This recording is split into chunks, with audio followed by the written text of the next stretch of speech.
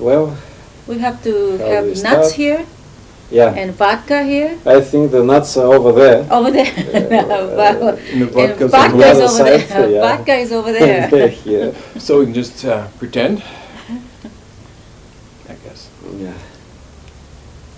Well, I think it would be interesting for my colleagues to know who you are, where do you come from, something about your parents or background. This is INSOO Kim BERG. Where She did I comes come from a place called Seoul, in a place called Korea, which is on the back side of the earth if we're on the front side here. That's right. Oh. Yeah. That's right. And I have lived here. I came here as a student to go to school, get an education in '57. So I have lived here since then.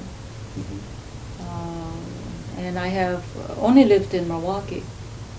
So I guess I'm pretty natural Milwaukee person.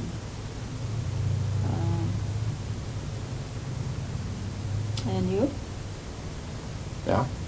Yeah. And me what? Your name and Who are you? who are you? Well, right now I'm too tired to tell for sure. who I Yeah. am. I used to know.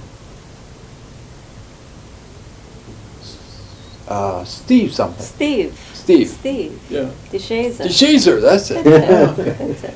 Now I remember. Yeah. And oh,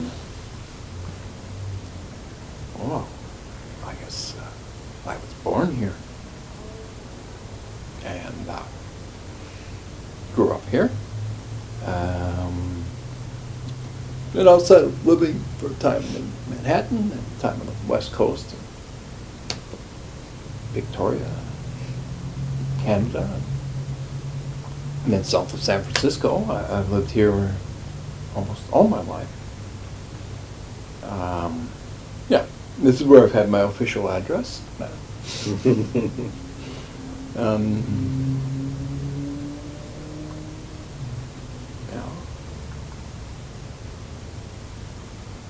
Yeah. I have a question which goes like this. INSOO, what is the most important thing about Steve people should know? And Steve, what is the most important thing about INSOO?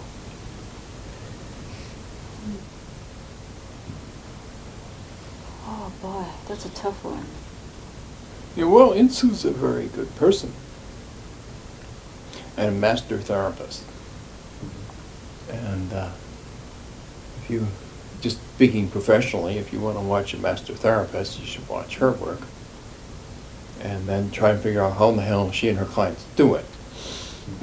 That's what I've been spending the last 20 years. That's been my job. Do you already know or still not quite clear? No, it's not quite clear. In fact, I think that the more I think I know about it, the less clear it's become. And you know, it's very difficult because she and her clients somehow or another do this thing. And you know, I was trained in a rather hard version of sociology, where everything is supposed to be counted and identified properly, and that isn't the way therapy is. And so, but it's clear, I think, that she's a master at this. And very creative, and very creative listener.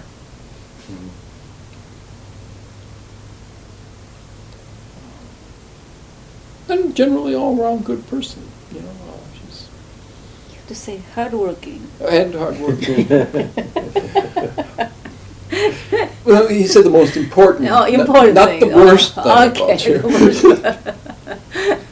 It may be important but it's, you know, that's, I think, I put that hardworking in a slightly different category than important. I know you do. I know. You think? Right. Being I think that's a hardworking good is- value, but you don't. Right. Well, I think it's a good value. It's just that there's a line between hardworking and something else. Fanatic. Okay. Being a fanatic worker. That's Yeah. me. Mm-hmm. That's you. Yeah, that's me. Well, I suppose it's my turn to say something about Steve. I think that it's been a very good working relationship because we are so different, very different, as you have noticed this month. You can always tell she's a shorter one. But in one sense, you are the same. Yes. In the sense that you are different, Yes. and nobody looks like the other. That's right. That's right. And we have somehow had enough maturity, enough sense to figure out how to use those differences, how to combine those differences. And I think that Steve's clear thinking, I have always admired his clear thinking, his ability to think things clearly. I don't know if it's maybe his Jesuit education, I don't know, but he has this incredible ability to do that and write things in a very simple manner that is understandable. I think that's what I have always appreciated.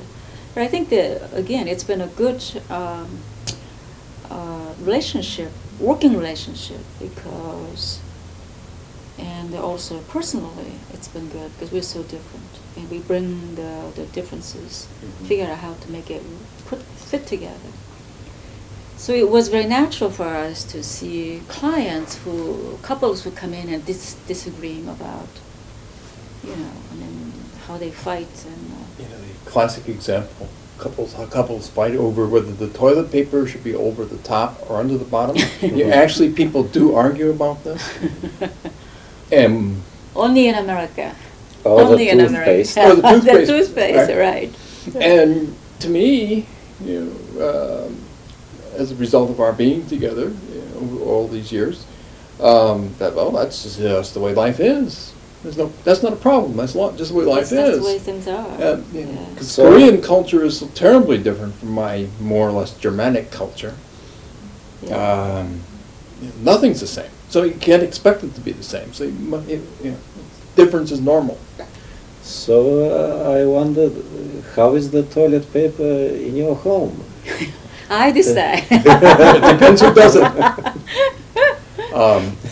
It depends who does it, who replaces the roll. Yeah. And I think that, I mean, also I think that having... We have separate toothpastes. Having both come from such a different cultural background also has been helpful.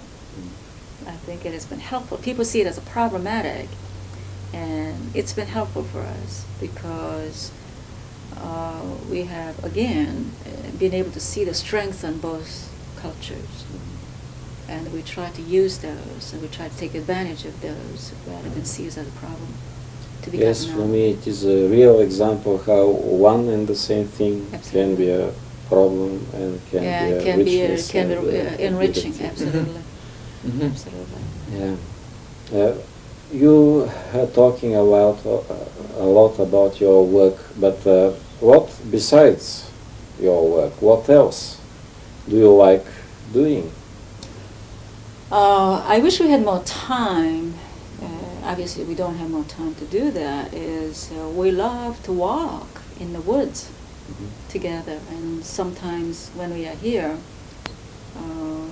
we'd like to walk in the woods together Sunday afternoon, long walks, and we talk about look at little flowers, and we just get amazed by these little flowers. There are thousands of varieties of fungus. Fungus, yeah, mushrooms. Mushrooms, and, yeah, those kind of things. So we are appreciating, I think, them learning to have gotten more and more. And we are learning more about birds now, different kind of birds. We have lots of birds in Wisconsin. We have lots of different kinds of birds right in our backyard. In our backyard. So we are learning to appreciate birds, different kind of birds. And I did find them. Yeah, I heard one of it, this orange. Mhm. Yes, cardinal. What's called cardinal. Very unique singing. Mhm. Yeah. Yeah, very unique singing. And, it's a North American bird. And it's our beautiful cardinal colors, like cardinals in the Yeah. Church of Rome. It's just, that's why they're called that. But the same thing is also true in cities. We like to go walk in the cities. And to do this in big cities and do it without a map. Mm-hmm. Remember, years ago we did this in Kyoto. Right. It's fairly One of the easy to things do that- because it's a grid, but One of the things we've been fascinated over the years is the concept. Different culture has a different concept of what is sacred, what is holy. In Australian Aborigines people there is a spirit in the tree. Yeah. There is a spirit in the tree, so they see this tree as a very sacred. Native American Indians have similar kind of a view of nature. And so because we get to travel a lot, we have been studying. Everywhere we go, we like to look at the temples, the temples and cathedrals. churches and the trees and rocks and the oceans. I mean, so each culture has a very different idea of what is holy, what is godlike. And you lead me to asking you what is sacred for you. What do you regard as holy? Well, You're going to have to answer that one. You're the one who started this. I think that it's, I don't know, I didn't realize that I was going to get emotional about this, but I think there is just too much in this world, too much disrespect for each other, human beings, and that just really is very upsetting. And so I think the reason that we really spend so much time developing this model has to do with wanting to show professional people how to be respectful of the people they work with. So I guess that's what I consider as a very holy. I think that something you do here by teaching others is awakening this feeling or idea of sacredness. Right. So probably it's the feeling and the thought of something being sacred, which is the most sacred thing. Right. Right.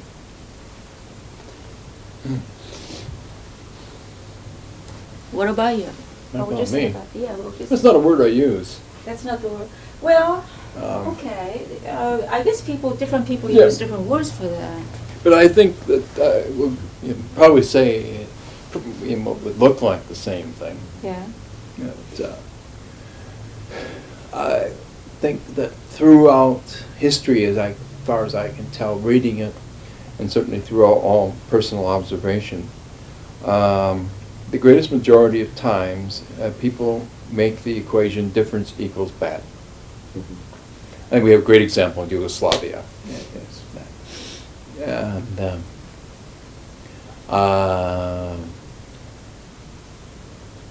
the difference is bad. And I think that sort of the exact opposite, that difference is good. Difference is necessary, otherwise it would be all the same, and that'd be boring, at least. So, I value differences, and I'm very interested in differences. Like, and this is one of the reasons I've always liked these kinds of groups, and I've been busy and active in this thing called the European Brief Therapy Association. It's an attempt small attempt just among brief therapists all over Europe to somehow value differences. And we've had people at this conference in Europe, from all over Europe, talking to each other about doing brief therapy, whether it be in Łódź, Poland, or Salamanca in Spain. And they will talk to each other and not fight, and value the difference between the two. I don't know that, if that's exactly the same. I would not attach the word sacred to it. But somehow it has something to do.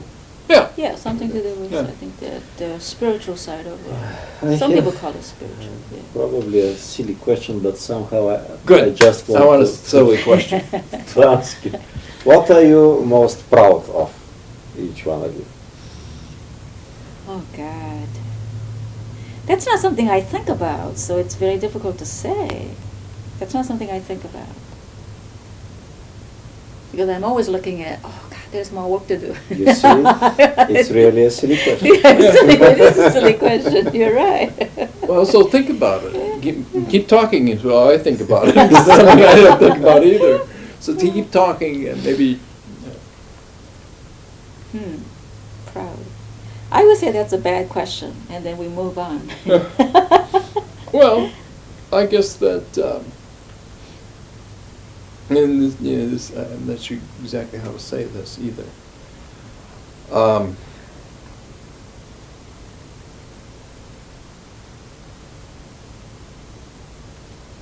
I don't think that either of us would have done anything like we've done if we hadn't been together. And I think that maybe we could be proud of what we have done as a team. Longevity. Well, I'm glad among other things. You're still alive. That's Right. I guess we can be proud of that. And I'm still alive, so you can be proud of me. You can be proud of that.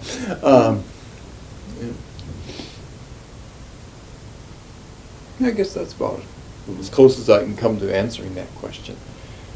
Again, it's a question that I don't think about. Probably somehow I really hoped that you would say this is wrong question. No. Yes, it was. It was a wrong question. Yeah. That's okay. Yeah. We adjusted. Mm. All right. And as a wrong question, this leads me to asking you, what do you never do in therapy?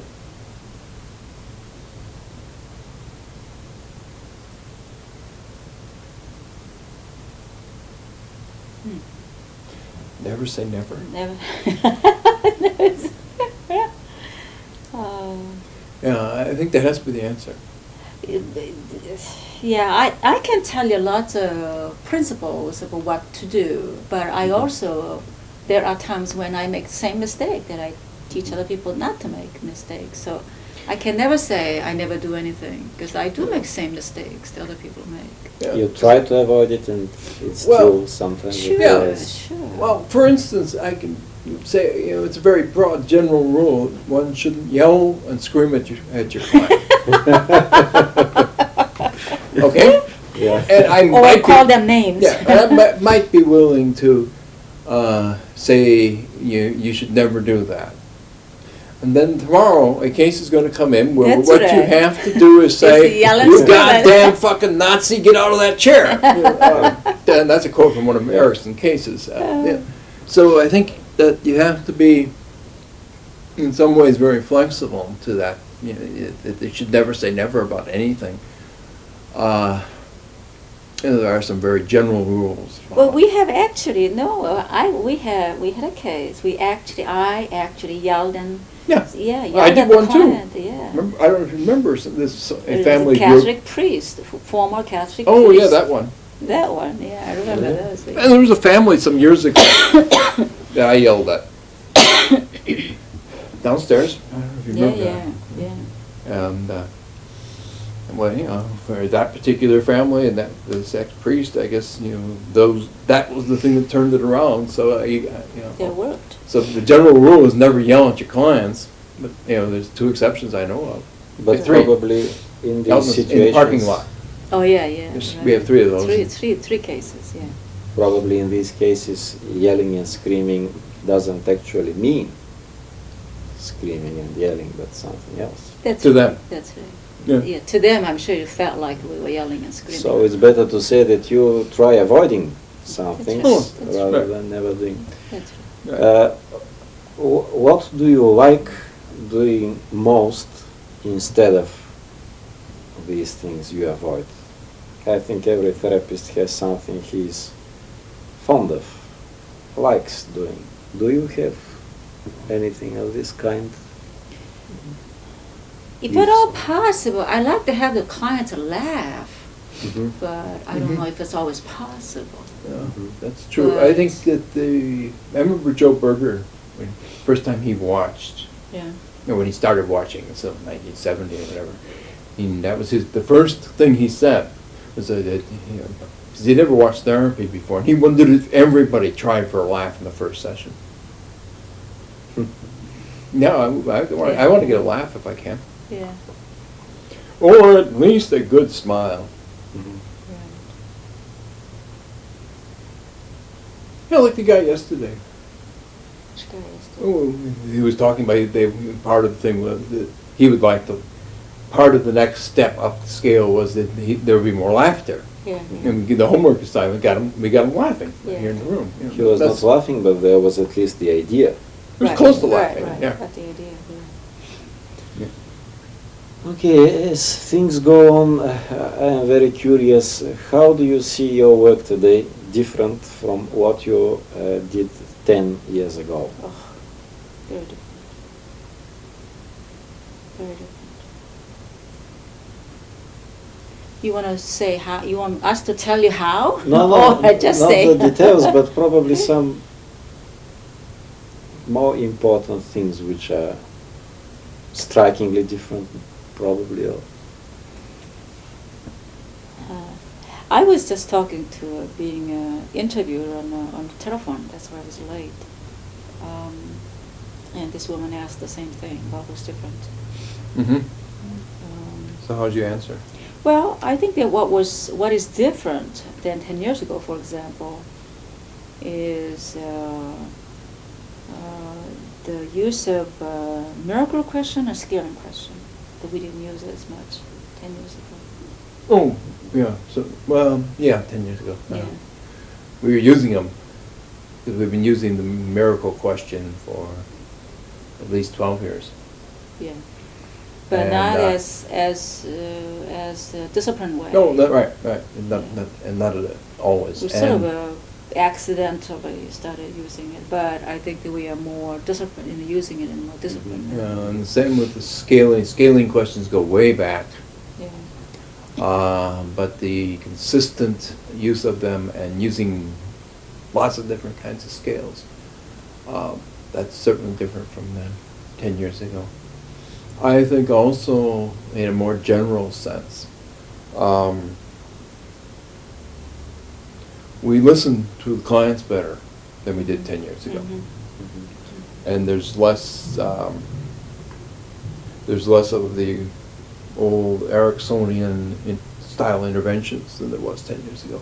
Although even 10 years ago, there weren't as many as 20 years ago. Yeah, so, but I guess that's a major change. That's all I can say about that.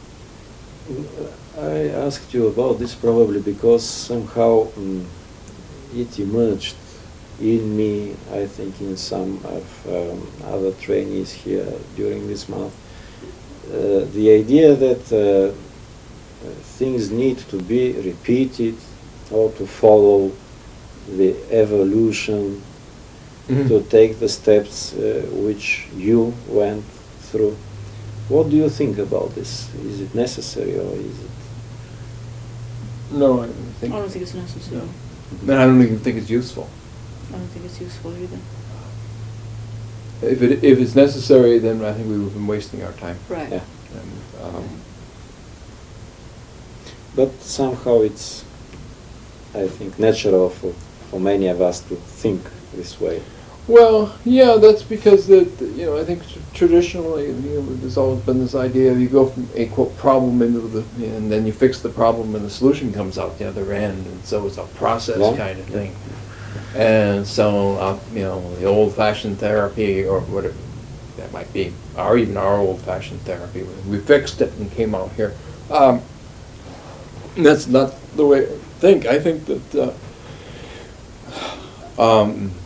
people, if I want to put it in these terms, I guess people should pick up here where we are and go on. If they have to repeat it, then it's just then we're into a endless loop.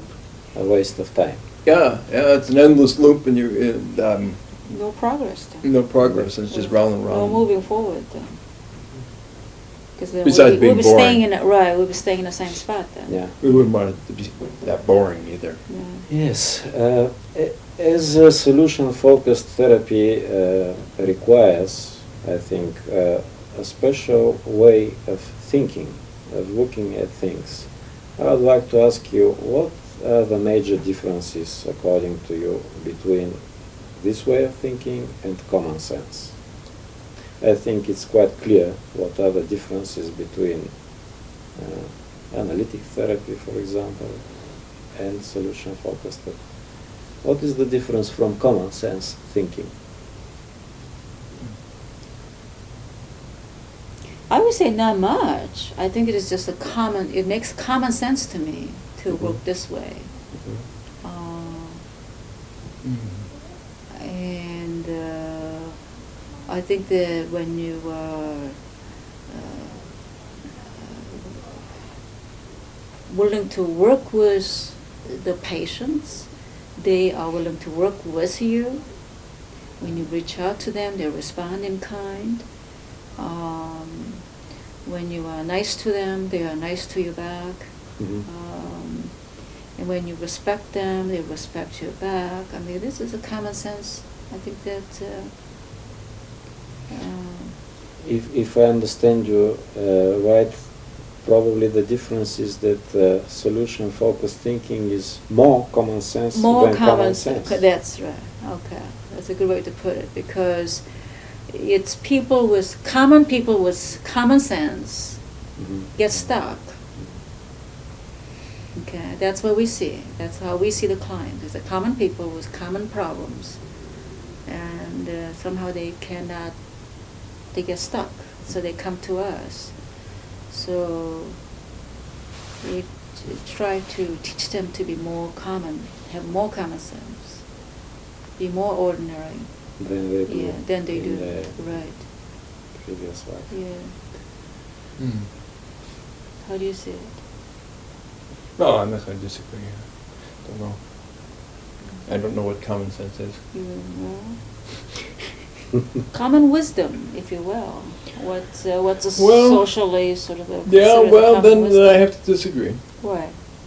The common sense, if that's what it is, the common wisdom, it gets into this, some folk sayings like, if at first you don't succeed, try again.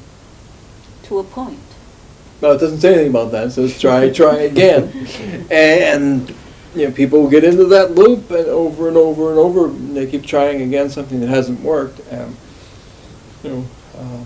so I'm not sure I agree with that. Then I don't know. To me, the term common sense is undefinable. So I don't know what it is exactly. So,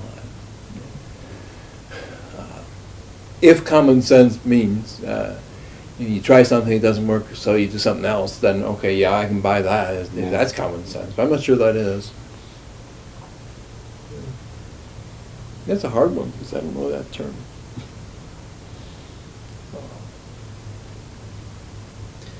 Yeah. Is there anything you would like to say to my colleagues in this situation of things starting now? which I just didn't ask you. Well, I guess that, somebody in the group was saying earlier, you nice, interesting plan, hope, dream, and yeah, you have to keep that in mind. But I would suggest that you have to think in terms of, we have a saying in America about taking one step at a time. Mm-hmm. And I think it's even smaller than that. You should maybe think about half step at a time. Mm-hmm. And that, I think if there's anything we've learned from our work here over the years that we haven't talked about yet, is that as you were taking this half step at a time,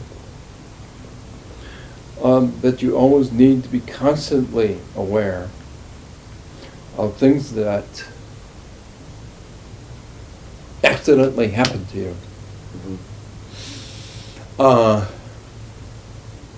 And to therefore take advantage of whatever accidentally happens.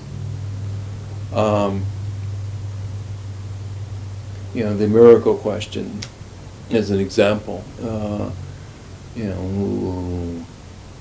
Client said something about it would take a miracle. INSOO heard that and asked what miracle be.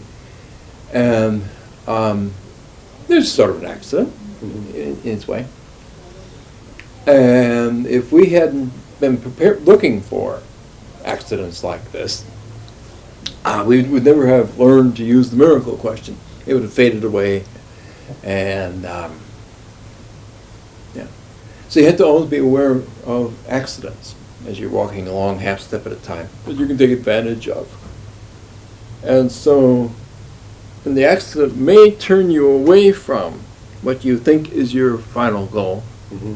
And may lead you to another final goal which will end up being just as good, or just as satisfactory. Or better. Or better. That's all I have to say. That's it? Adding. That's the final word? Promise? Well, no. but for now, it's the final word for now. I think that I have not been to Bulgaria, but I have been to other former Eastern European countries, former communist countries. And every time I do, it's just this incredible respect for what people have lived through for 40, 50 years. I think that's just absolutely amazing. That's one side of it. I also was, I grew up during the Korean War in the early 50s, from 50 to 53, and we were refugees and we were very hungry and didn't have any food and suffered a great deal. And so I think that every time I go to Eastern European countries, it reminds me of very vivid reminder of what we went through, our family and myself went through. And so I think that there's something about having gone through that, having had that kind of personal experience of being worried about saving my life and being killed and not having enough to eat and being hungry and so on for a long time.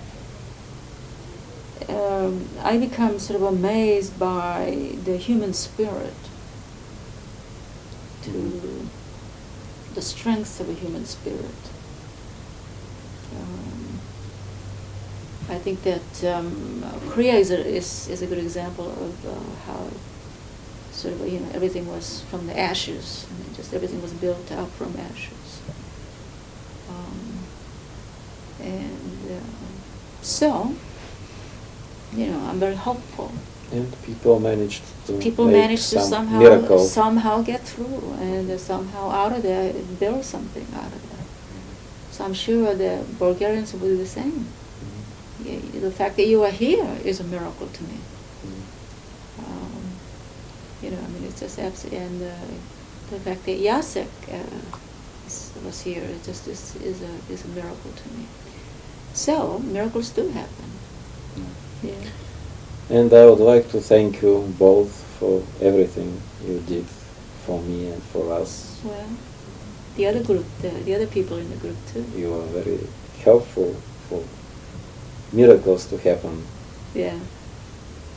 And thank you for introducing me and us Yeah. to this business of miracle making. Thank you. Thank you. And I hope we'll see you soon in Bulgaria. Or I hope so. somewhere. Or back here, who knows? You never Or know. somewhere. You never know. Okay. Okay. Right. Is there anybody else? Oh, we need to stop this one. Yeah.